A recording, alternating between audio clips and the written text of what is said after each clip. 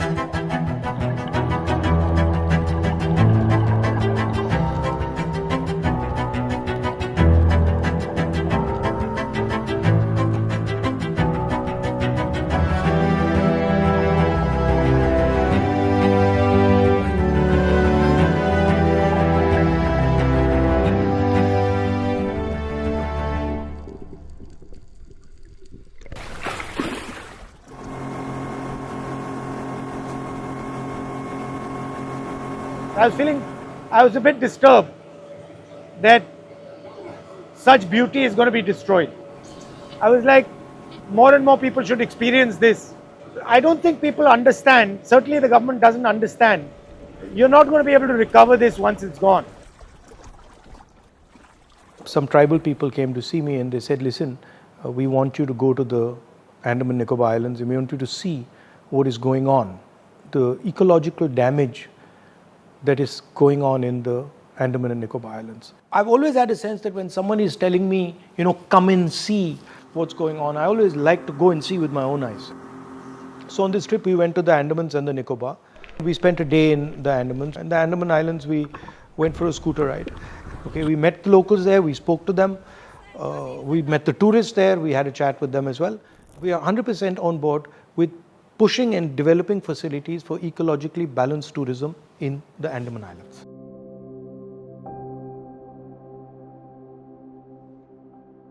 So I went to the Nicobar Islands, and to put it in perspective, we landed at INS Bars and they said, listen, we're going to go to the site of this project.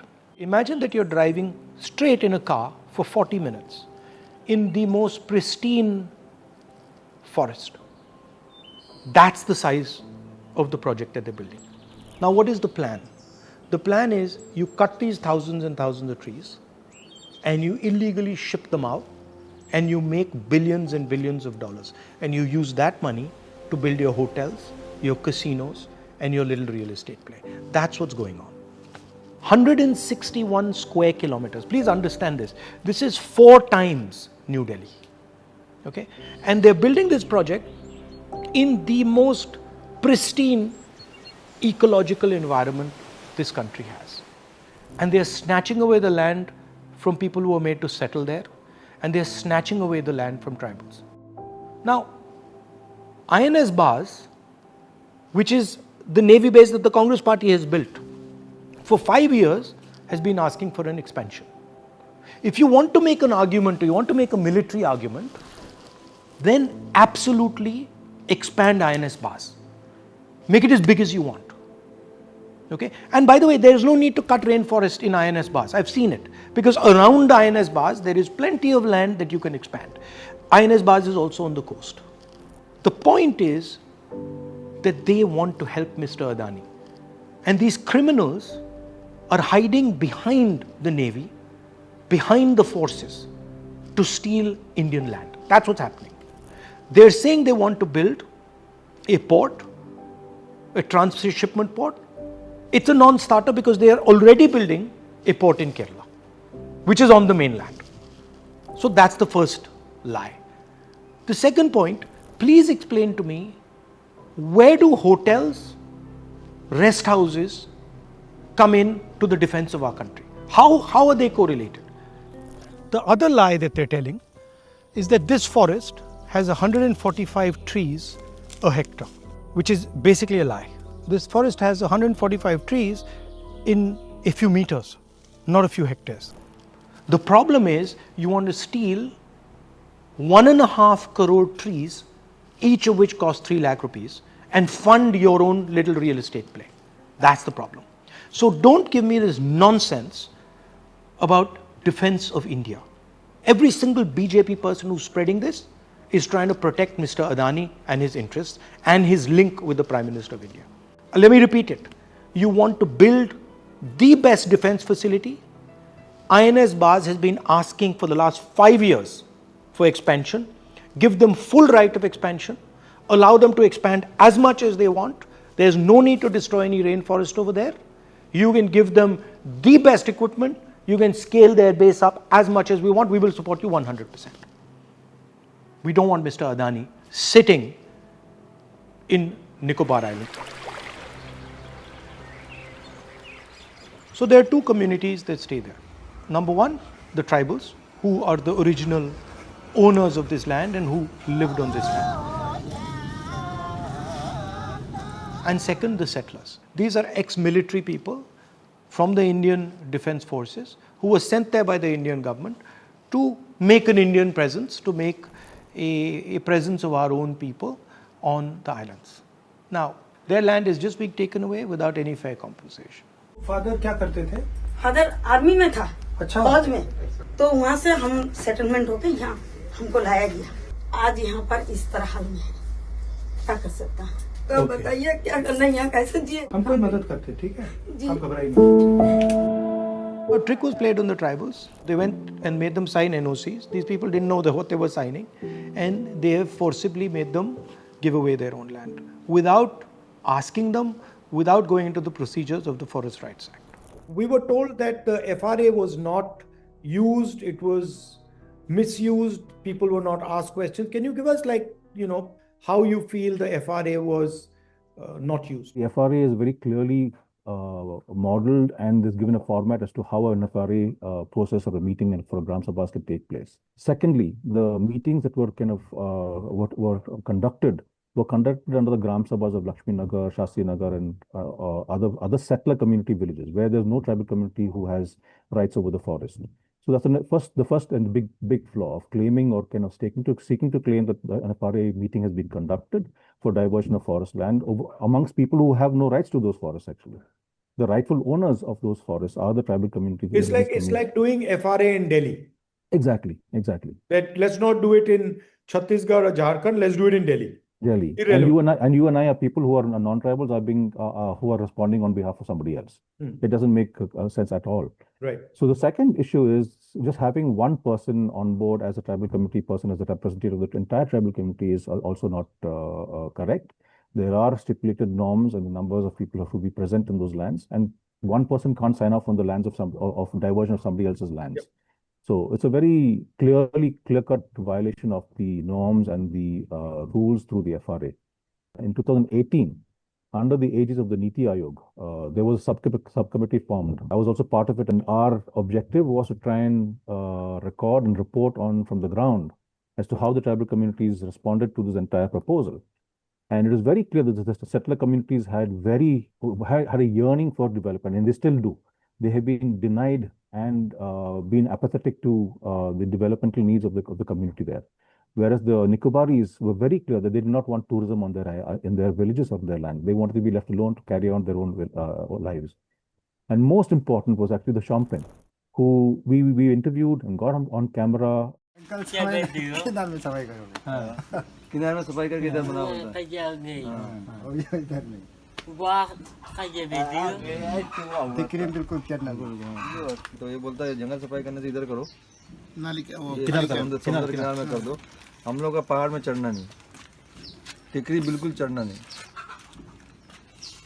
Shompen, both women and men, only one man is there in the video, which is not made public. But where both the old lady and the man says, please do not come into our forest. These are our forests where we feed our children. And that voice has not been adhered to or heard from the people concerned. Tell us a little bit about the destruction of coral and, this idea that they suddenly said the coral doesn't exist. I mean, I was shown older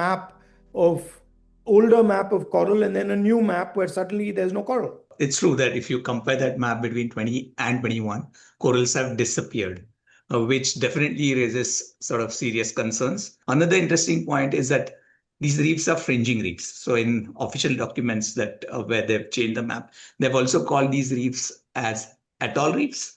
which is not true. These are all fringing reefs. They start growing from as shallow as 1 feet and they go down up to 25 meters. And they, of course, grow in areas where they need sunlight because the animals, they need photosynthesis. So they grow in up to 25 meters. So they are found everywhere. And definitely in terms of damage, if there is a proposed project goes ahead, there's definitely going to be big impact to the corals. Another point is maybe which is that corals are under Schedule 1 of the Indian Wildlife Protection Act, which means they have given highest level of legal protection, as stringent as what tiger gets. So killing a coral is as a punishable offense as what you have for tigers. And that is something which is not spoken about. So destroying Nicobar corals is as if you're killing hundreds and hundreds of tigers in India. That's the same. Is Exactly. Right? Yeah. You're basically wiping out a huge chunk of Yes. valuable resource for India, a biological resource for India. And it's similar to essentially destroying Project Tiger. Coral reefs, of course, they provide home to variety of associated organisms. So that's also something to consider. And some of the species are endemic. They're not found anywhere else. So there are a lot of associated fauna which will also get impacted. And one more point which I want to mention is that sort of coral reefs, when we talk about it, of course, they provide habitat, they boost fish diversity, all of that is there, but they also sequester a lot of carbon. Right. So they are big carbon sinks. So they are very important from that point of view. So it's not just biological diversity or the spectacularness, but there is also the role, the ecological role that they play. You know, whenever someone comes to me and says, oh, I just went for a holiday and I went to the ocean or to the seaside, I always tell them that no, you actually haven't seen the sea. Then the reason I say that is because when I was about 16 years old, I went to the Andaman Nicobar Islands, and for the first time, I saw a sea that I had never ever seen. Completely blue, clear, transparent water. You could look down, 50, 60, 70 feet, and you could see the bottom of the sea. For many years, for me, that was what was the sea. We went to Barren Island for a dive, which was absolutely fantastic.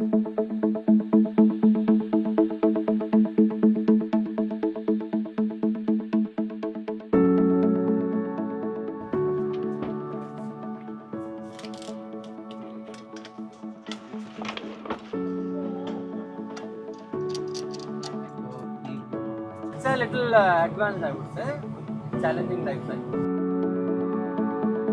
And I got to know you're an advanced diver and used to take I'm a dive photos. master. Oh. I became a dive master in college.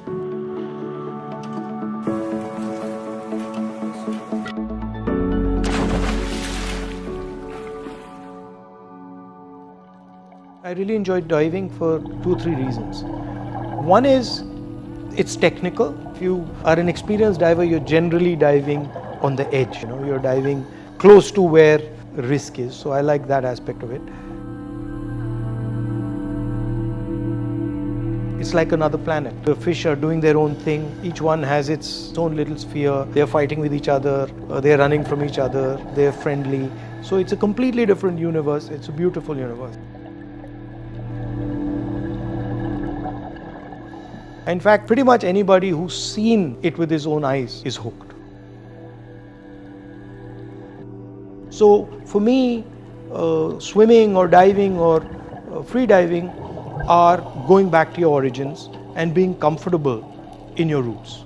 And that's how I think about forests or animals or jungles. This is not something that is detached from us. This is part of us. I learned this from the tribals. One day I was having a conversation with some tribal people and I asked them, why are you getting so upset if they're cutting trees? And one of the tribal ladies says to me, you don't understand, but when they cut trees, it's as if they're cutting us. It's as if they're cutting my own stomach. And that's actually the reality. Because what people don't realize is when you go around cutting trees, when you go around killing animals, you're actually cutting yourself. And you might not see the consequences of this immediately, But you will see the consequences of it 10 years, 15 years, 20 years later. Certainly your children and their children are going to see the consequences.